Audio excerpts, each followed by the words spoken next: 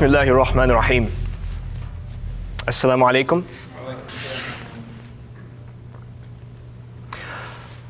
When he was thrown in the well, all lost in the dungeon, betrayed by his own flesh and blood, handsome Yusuf sighed, Allah is enough for me.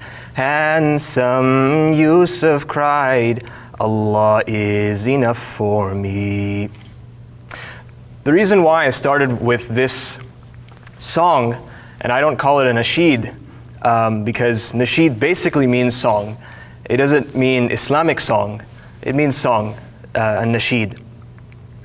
And the reason why I started with this particular song is because it reminded me of the days when my mother would drive us to the masjid, and we had at that time a cassette, not even CD, we had a cassette of various children's songs and Islamic songs for children. And this particular one was written by Zain Bika, a nasheed, a munshid. And also on there was Dawood Warnsby and Sami Yusuf and these other people.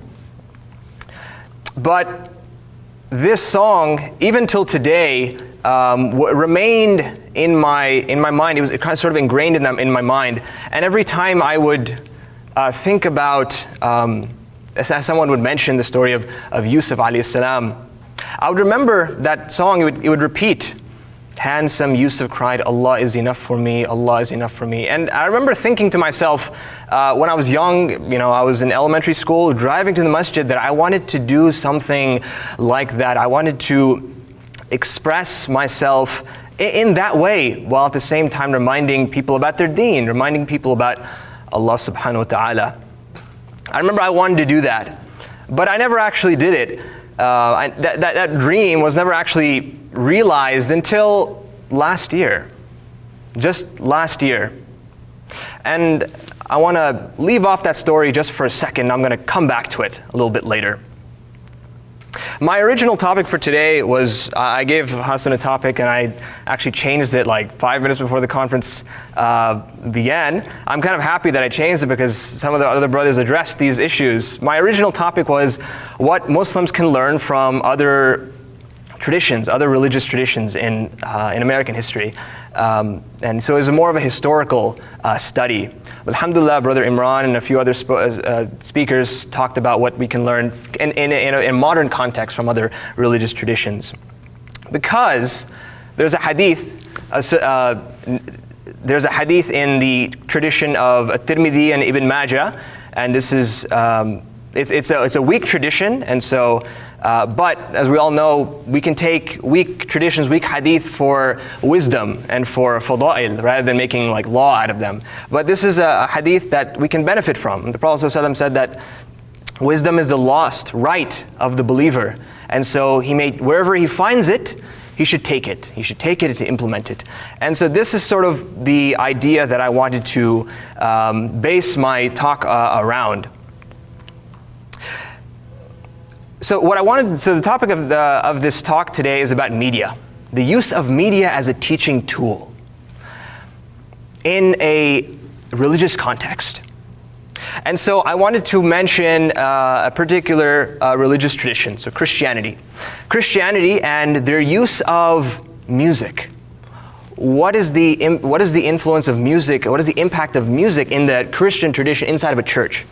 And so historically, actually, music has been part of the Christian tradition since the Greeks, since the Syrians. It's been around for hundreds of, thousands of years. And it's evolved over time. In the 1600s and the 1700s, the great composers like Mozart, they actually wrote pieces for churches, and it became part of, there's some of the greatest pieces that still exist today.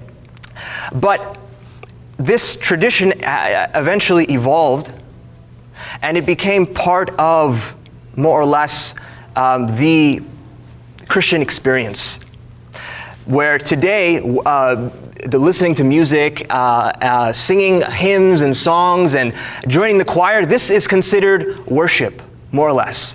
when you go into a church, you can expect something like that. You can expect a choir, you can expect an organ, and this is almost institutionalized.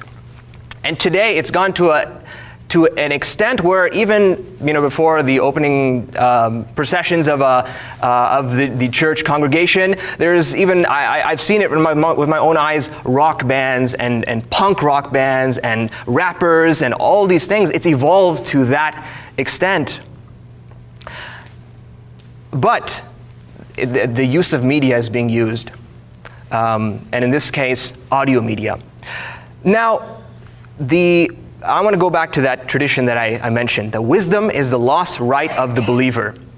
Can Muslims look at this tradition and that Christians have implemented have institutionalized? Can we use that? Can we use that in an American Muslim context? Well, the problem is that we can't.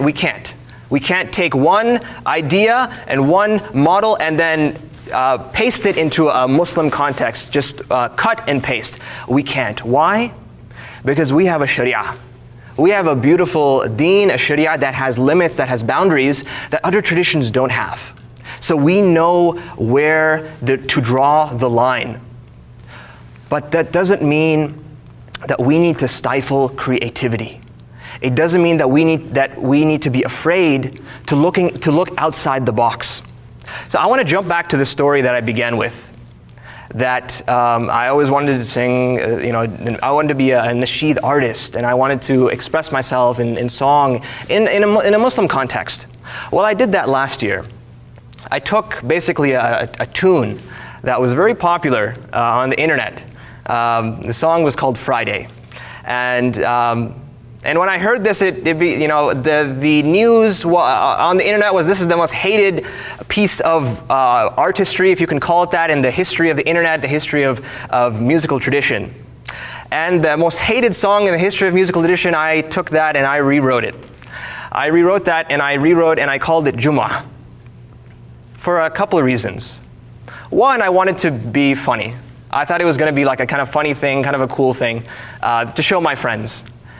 And number two, we have the most right to Fridays, Jumu'ah, Muslims. This is our day. If anyone should talk about it, it should be the Muslims. And so I rewrote it, I put it online and just went to sleep. I sent it to a few friends. And I woke up the next morning and I had many text messages saying, look at your video, look how many views it has. It had thousands of views in a night, in one night, around 10,000 views. And then a few weeks went by, thousands and thousands and thousands of views. People were commenting and saying really great things. And they were sending me feedback. They were saying things like, hey, I didn't know that we had to read Surah Al-Kahf on Fridays, but it's in your song. And I really appreciated that. And I used the term miswak in the song, and they're asking like, hey, what's a miswak? What are we supposed to use that for? Hey, I didn't know that we had to, be jovial. We had to greet our brothers and sisters on Jumu'ah. It's just a religious day. I got a really, really great feedback from this. And as a result, I wrote another one about wudu. And do we have time? How much time do I have? Let's play it. No. Actually, I was just going to give a tidbit of the song I wrote about wudu. I'd be like, hey, brother, can you teach me how to wudu? Otherwise, salah I'll have to redo. I need to do more than to splash some water on me, because we ain't in no swimming pool and I'm no free willy. Gotta put your hands out front, wash them right to left. If you can do it up to 3 times, it will be the best. Put some water in your mouth, swish it side to side. If you can do it, do some miswalking. Yeah, when you push some water up your nose, take heed. You ain't gotta stuff it up there till it bleeds. Bro, I see your face, but your beard and dripping wet. That's part of wudu. So don't forget. Run that water up your arms, elbows included. Then you wet your hair, rub your ears and neck. Do it. Make sure you clean your feet, ankles in between the toes. Finish with shahada. That's how the wudu goes. And then that's the first stanza. There's a second stanza. That's the Jumu'ah? Jumu'ah? Should I sing it? 6 a.m. waking up for Fajr, gotta make wudu, gotta pray my sunnah, gotta make ghusl, gotta clip my nails. Looking outside, the sun is rising up in the sky. Everybody's rushing, gotta get down to the masjid, gotta say salam to the imam. Did I finish it or? Keep going. Sitting in the first saf, chilling in the back saf. Gotta make my mind up. Do I want the ajr? It's Jumu'ah, Jumu'ah. Gotta make dhikr on Jumu'ah. Everybody's reading Suratul Kahf, Kahf. It's Jumu'ah, Jumu'ah. Gotta make dhikr on Jumu'ah. Everybody's reading Suratul Kahf. So I'm going to end it there and say, and that's my message. Not to be afraid of creativity, not to think outside of the box, because we have a sharia. We know where the boundaries are, unlike other religious traditions where something becomes popular, a cultural phenomenon becomes popular, and eventually it becomes integrated into the religious tradition, and there's nothing anyone can do about it. Islam has the wisdom, is the lost right of the believer. As Rasul sallallahu alaihi wasallam said, because al-mu'minun, the believers, the Muslimin, have something to work with, have a foundation to build off of. Jazakallah khairan.